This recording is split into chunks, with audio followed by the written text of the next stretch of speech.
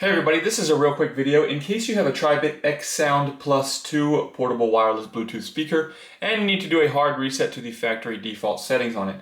Now you're going to want to do this for one of two reasons. The first one is troubleshooting. If this speaker is not connecting to Bluetooth or if it's not pairing or syncing with your phone or other device, if it keeps disconnecting, any kind of bugs like this can very often be fixed with a factory reset.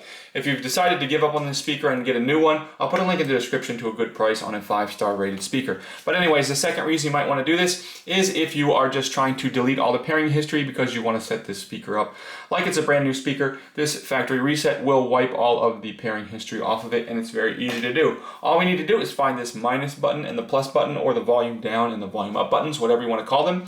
And you're just going to come in and press and hold these two buttons for 5 seconds. After 5 seconds, you can go ahead and release it. It will cause the speaker to reset to its factory default settings, at which point you can set it up like you're setting it up for the first time.